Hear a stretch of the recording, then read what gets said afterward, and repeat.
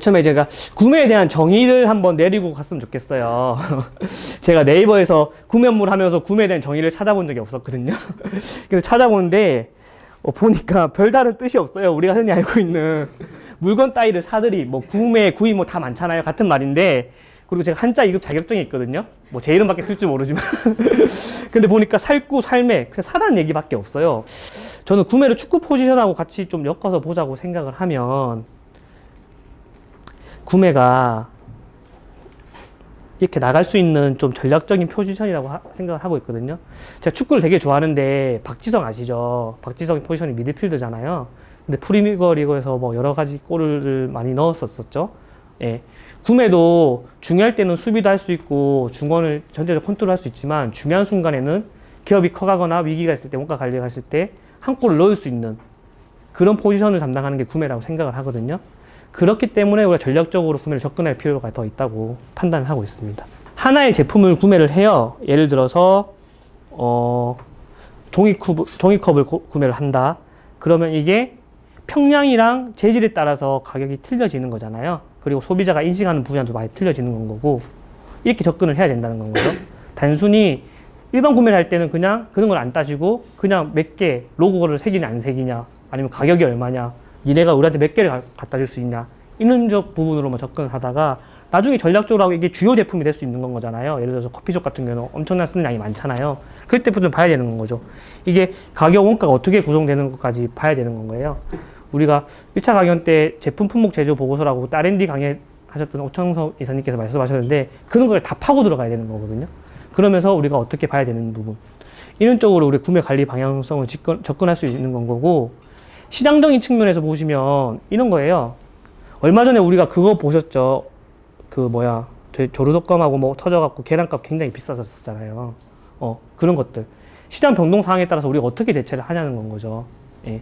그러면서 아마 굉장히 많이 힘들었을 거라고 생각을 해요. 저도 많이 굉장히 힘들었었는데, 제가 치킨집에 있을 때 뭐 다른 브랜드도 그렇게 구매를 하시는지 모르겠어요.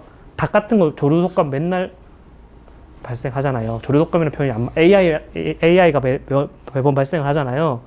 그러면 BBQ에서는 그 많은 닭들을 어떻게 수요 공급을 할까요? 변동이 심할 때마다 가격을 뭐 높여서 소비자한테 일부 부담을 같이 할까요? 안 그렇거든요. 혹시 어떻게 구매를 할까요? 전략적으로 대응을 하는 거죠. 시장 상황의 변동에 대처를 해야겠다. 예전에는 그런 게 없었겠죠. 저희가 AI라는 개념이 없었기 때문에. 뭐 단가적인 측면도 있고 그런 시장 상황 환경과 맞물려서 그런지 모르겠는데, 계약 사업이라는 걸 해요. 뭐 저희가 할인, 마니커, 참프레 이런 닭들이 많잖아요.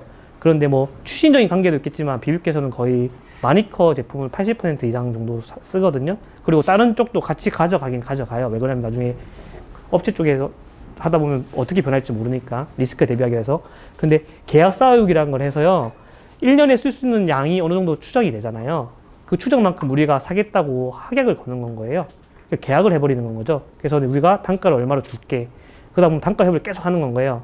그러면 그 생산업체 쪽에서도 우리한테 판매를 할 때 어느 정도 마진을 보는 거겠죠.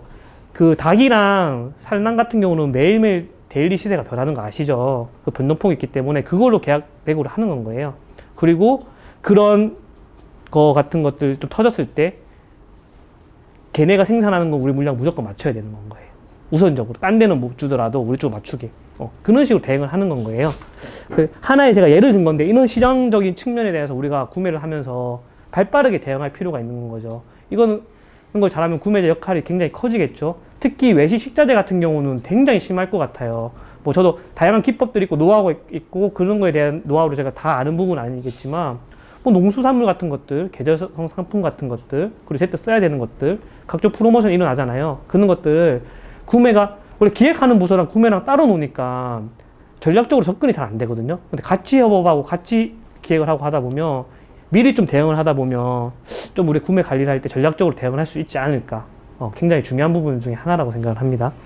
그리고 조직 구조 및 시스템의 관리 방향성인데, 이거는 뭐 간단하게 말씀을 하시면 구매 단계별로 들어가야 되는 단계가 있어요. 우리가 뭐 구매를 이렇게 정의를 하는데, 뭐 바잉부터 해서 펄체징해서 우리가 뭐 서플라이 매니지먼트까지 하는데, 이 단계별로 우리가 역할이 조금 다 틀리다는 건 거고요.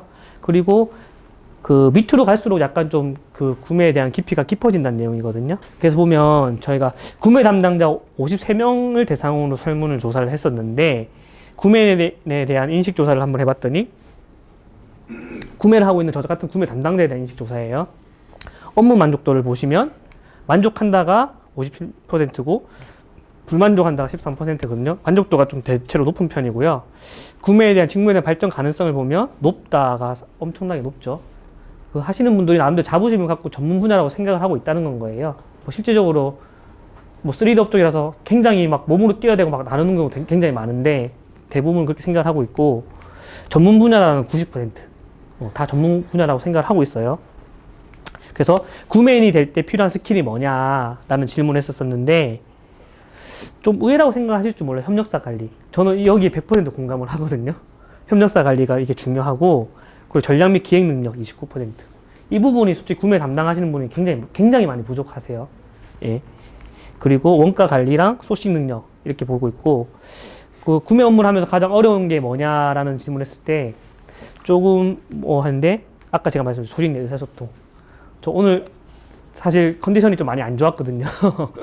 오늘도 이 문제 때문에 머리가 너무 아파갖고 오늘 제가 타이레놀 2알 먹고 왔는데 굉장히 힘든 부분인 거고요. 그리고 비용 절감, 공급사의 관계 이런 부분이 있는 건 거고 또 경영층의 지원 부분에서 봤을 때 시스템 지원. 아까 말했듯이 성장 단계 곡선을 그리면서 그런 구조적인 게 많이 무너져 있잖아요. 발달된 회사는. 그리고 초창기 시장 때는 회사에서는 구매에 대한 중요성에 대한 인식을 이나 필요성을 많이 못 느끼기 때문에 시스템이 안 돼 있고 겸직을 하는 경우도 많고 그렇기 때문에 시스템적인 지원이 이게 전산 시스템을 말하는 게 아닌 거예요. 전반적인 시스템을 말씀드리는 건 거고 그리고 구매 위상 그리고 아직도 물건을 잘 사주면 뭐 그런 식의 인식이 많이 강하다고 그래요. 그리고 비전 제시 이런 부분이 있다고 합니다. 그리고 죄송합니다. 구매인의 인식을 조사를 해봤는데 어떤 부분에 현상과 문제점이 있냐고 했을 때 납품 문제 해결 부분에 대한 문제를 많이 했어요. 약간 제가 얼핏 계약 부분을 얘기를 했었었는데 흔히 모르시는 분들이 생각을 할 때 갑을 관계를 생각을 하시면서 구매는 갑이다라는 얘기를 하면서 뭐 협력업체 후리면 되지 이런 얘기를 많이 하는데 실상은 안 그래요. 하다 보면 문제가 커지잖아요. 소송 쪽으로 가게 되면 구매에서도 어쩔 수 없이 많이 가게 되는 경우가 있는 거고 저는 호텔 구매를 얼마 전에 하면서 실제적으로 삼성하고 LG하고도 문제가 생겼던 경우가 있거든요. 저희는 레지던스 호텔이기 때문에 냉장고를 구매를 하게 되면 장기 그 고객들이 있어요. 그러면 가정기기가 다 돼서 가정기기를 뭐 대량으로 구매를 하죠. 객실이 크니까. 그러면 굉장히 삼성 본사에도 저희 업체를 큰 고객사로 생각을 하고 하는 건데 업무 매뉴얼 막 해고 납기일이 딱 됐어요. 그러더니 고객들한테 안내를 했죠. 현업부서한테 이날 교체를 하겠다. 그러면 고객들한테 노티스가 가죠. 근데 얘네가 전날도 하고 당일날 물건을 한 거를 80%밖에 못 해주겠다. 이유를 봤더니 걔네한테 물량적인 실수였거든요. 근데 이게 대응을 할 수가 없어요. 무슨 말이죠? 그냥 미안하다는 끝.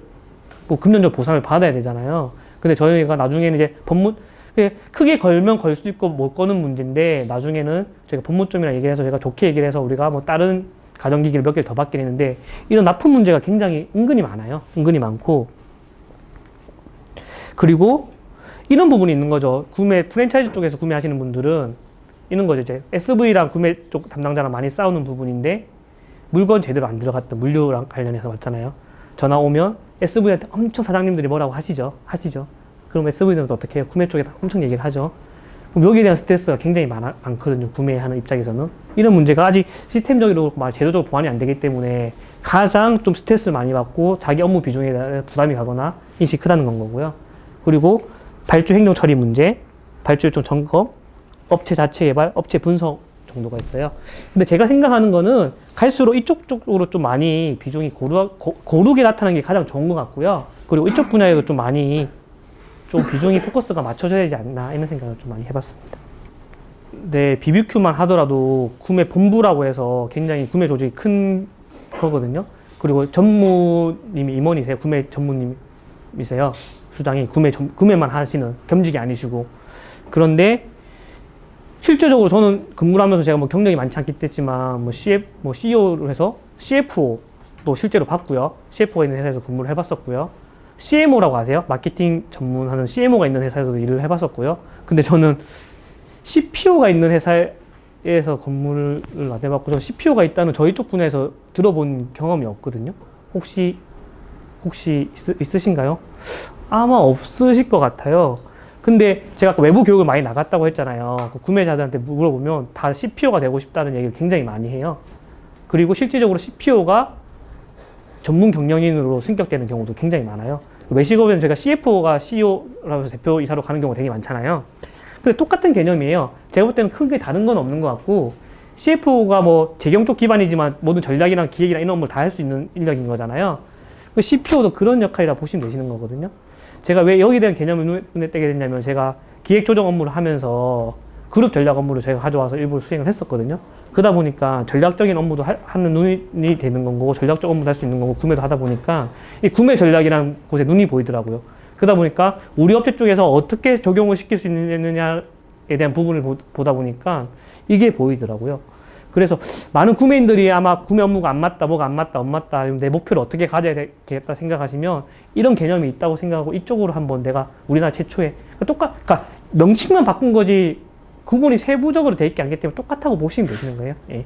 하시면서 기반이 됐으면 좋겠는 거고, 실제로 비빅도 회장님도 구매 출신이세요. 구매 출신. 네. 구매 출신인데 이렇게 회장님까지 가신 거거든요. 그래서 구매자의 좀 비전을 좀 말씀드리고 싶다고 하면, 구매 쪽에서 잘 하다 보면 얼마든지 할 수 있는 비전이 많다는 걸 좀 설명을 드리고 싶었습니다. 단계별 구매 전략만 간단히 좀 설명을 드릴게요. 이게 기능 구매에서 이건 제가 한 게 아니고 이게 그 이론상으로 나오는 거거든요. 그냥 물건 하는 기능 구매에서 기술 구매라고 기술적인 게 들어가는 거죠. 아까 말했듯이 노하우가 전략적인 게 여건 포함되는 건 거고요. 개발 구매 요새 많이 하시잖아요. 개발 구매. 이거 뭔지 아시죠? 협력업체랑 해서 내가 개발하는 건 거고, 어떤 걸 찾아서 전략의 협상을 통해서 그 나중에 최고 하는 게 기획 구매라고 생각을 해요. R&D나 아니면 기획 쪽 협업을 해서 기획 구매까지 좀 단계별로 간다고 하면 좋지 않을까 하고, 실제적인 사례가 어떤 거라고 생각을 하세요? 이게 구매 쪽에서 했는지 모르겠는데 외식업을 보다 보면 저 딱 느낀 게, 딱 보면 느꼈던 게 스타벅스 다이어리 아시죠? 걔네가 기획을 해서 상품을 구매해서 판매를 한 거잖아요. 이게 뭐 누구 머리에서 나온 건지 모르겠는데 선풍적인 인기를 끌었었잖아요. 한데 뭐 트렌드까지 가고, 요즘에는 좀 덜 하긴 하지만 뭐 그런 좀 기획 구매를 할 수 있는 거를 오히려 구매인들이 좀 역으로 제한할 수 있으면 좋지 않을까라는 생각을 해보았습니다. 일단 그 식자재 구매에 있어서 지금 이제 뭐 외식 트렌드가 굉장히 뭐 이제 급변하게 이제 그 변화고들이 있는데, 이제 뭐 산지, 그리고 이제 품종, 등급 뭐 이런 것들이 다 중요하다라고들 하고 있고요. 그리고 이제 예전에는 그 어떤 메뉴에서라는 이제 컨셉이 중요했다라고 하면, 지금은 이제 어떤 식재료로 어떻게 만든 메뉴로가 이제 중요한 시대에 도래했다라고 저는 생각을 하고 있습니다.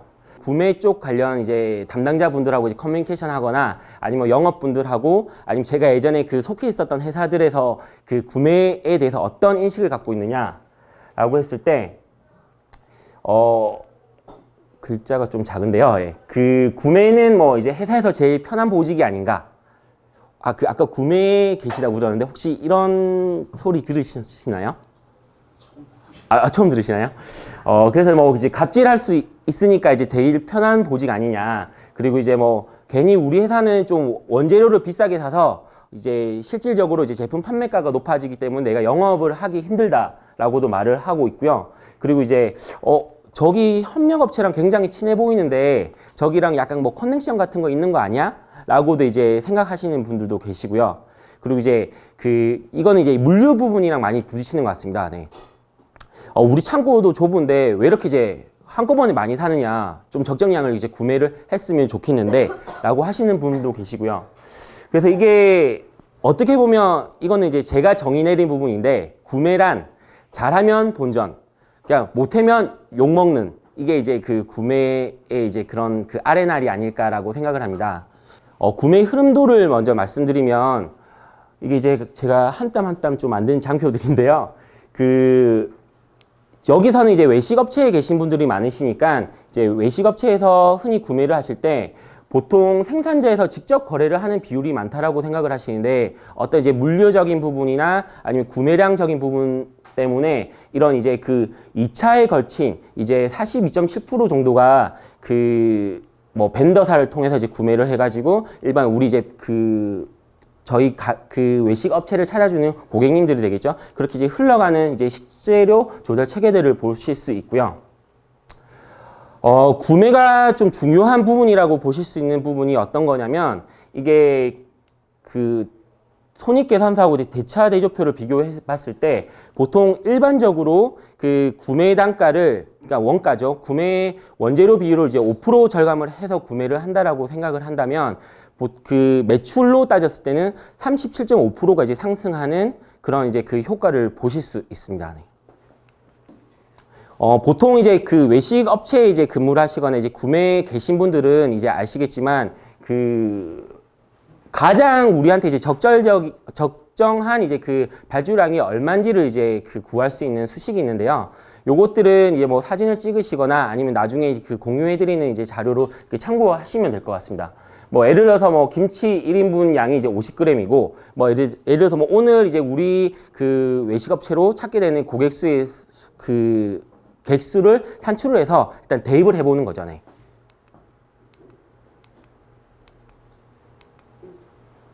그래서 뭐 이런 이제 그 수식들을 대입해가지고 이제 가장 그 적절한 수치를 찾아가는 과정이 이제 이 수식의 이제 설명이라고 보겠고요.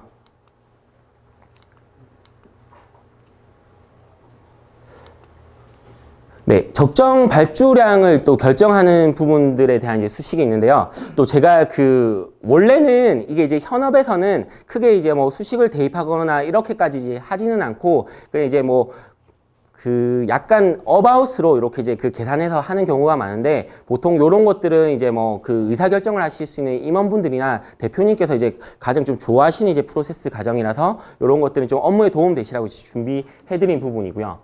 그래서 이제 요런 거는 이제 제가 예전에 쓰던 그 기법들인데, 요런 것도 이제 요거 통해서 제가 오랜만에 또 루트라고 하는 이제 그 수식을 또 생각을 했었거든요.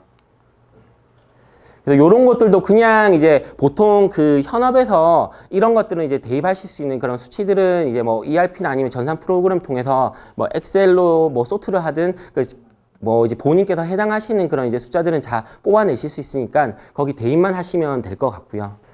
그래서 여기서 어떻게 보면 이제 좀 마지막으로 좀 정리해서 그 넘어가자고 하는 부분인데, 지금 이제 메뉴를 처음 런칭을 하면서 그 이야기가 되시는 부분들이 많을 겁니다. 근데 보통 뭐 프랜차이즈들 업체하고 일단 미팅을 하다 보면 구매 담당자를 좀 빼놓고 이렇게 자기네들끼리 이야기하시는 부분들도 많습니다. 네. 뭐 얼마 전에 그 처음 구매 관련해서 그 강의를 하셨던 분한테 이제 이야기를 들었었는데, 뭐 메뉴 개발할 때 그 업장에서 쓸 수 있는 그런 접시를 이렇게 이제 런칭을 하는 부분이었었는데, 이게 개당 뭐 7만 원이었나? 라고 이제 하는 이야기를 들었었는데, 일단 구매 담당자가 그 미팅에 처음부터 이제 관여되어 있었다라고 하면 아마 구매 담당자들은 이제 그 접시에 대한 이제 그 런칭을 아예 이제 배제를 시켰었겠죠. 그래서 일단은 그 여러분들께서 뭐 구매 담당자들이나 아니면 뭐 의사 담당자들하고 이제 회사에 돌아가셔서 이야기하실 때는 일단 이러한 플로우들이 있으니까 상품 개발할 때는 일단 구매 담당자도 이제 그 들어가서 그 무조건 상품 개발을 하자라고 하셔야 되고요. 제가 이제 그 전 회사였던 현대그린푸드에서도 일단 상품 개발할 때는 일단 무조건 원재료를 담당할 수 있는 담당자를 이제 포함시키게 됩니다. 그래서 이거를 이제 뭐 잘 나가든 잘 나가지 않든, 그래서 뭐 원재료를 이제 우리 재고로 가져가든 아니면 협력업체의 재고로 가져가든, 일단 이걸 안정적으로 가져갈 수 있는 재고를 먼저 확보할 수 있다라고 하는 이제 원재료 담당자의 컨펌이 있어야지 이 제품 개발을 들어가서 이제 뭐 나중에 생길 수 있는 그런 이제 사고를 이제 방지하게 되고요. 그리고 이 두 번째도 마찬가지로 뭐 이제 그 다 제품 관련해서는 모든 의사 담당자들이 이제 포함되어야 된다라는 그 들어가는 부분이고요. 그리고 제품 개발 단계에서 원료 공급 업체가 이제 반드시 들어가게 됩니다. 요거는 제가 그 전라도 이제 김제에 있는 그 푸드웨어라고 하는 이제 업체를 좀 담당을 했을 때 시작되었었던 부분인데, 요것도 이제 작년이 아니고 재작년 발로 이제 시작되었었던 부분이었는데, 그 우리나라의 그 마늘 전년 마늘 이제 그 2월분도 작았었고 생산량도 굉장히 작아서 그 해 깐 마늘이 굉장히 폭등을 하게 됩니다. 뭐 그 당시 이제 제가 계약했었던 단가가 그 최초에 7,000원대였는데 요게 11,000원까지 올라가는 상황이 벌어졌었거든요. 근데 뭐 저희 그냥 전 회사였었던 경우에는 이걸 좀 감내할 수 있었던 부분은 뭐냐면 이 그 협력업체에서 가지고 있었던 재고량이 얼마 정도였었다. 그리고 그 협력업체에서 가지고 있는 재고를 활용해서 우리가 푸드에 납품하고자 하는 양을 이제 얼마나 월에 사용할 것인지에 대한 확실한 이제 그런 단도리와 계약이 있었기 때문에 저희는 이제 안정적으로 공급을 할 수 있었다라고 생각을 하거든요. 그래서 지금 뭐 구매 담당자를 끼우는 것도 중요한 부분인데, 구매 담당자는 이제 새로운 메뉴나 아니면 새로운 이제 제품을 개발했을 때는 뭐 원재료를 공급하는 업체와 굉장히 좀 긴밀하게 이제 거래를 그 커뮤니케이션을 해야 된다라고 하는 부분을 좀 강조해 드리고 싶고요.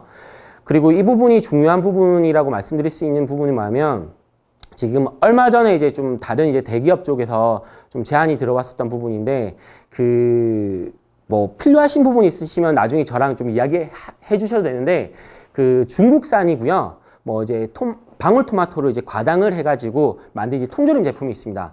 요걸 아마 그 회사는 요즘 뭐 디저트 제품에 좀 꽂혀 있는 상태라서 디저트 관련 제품을 이제 개발하기 위해서 그 제품을 이제 달라고 하셨는지는 모르겠지만, 그 제품을 무턱대고 이제 이거는 무조건 나갈 거다라고 해서 한 컨테이너를 이제 수입을 했다고 합니다.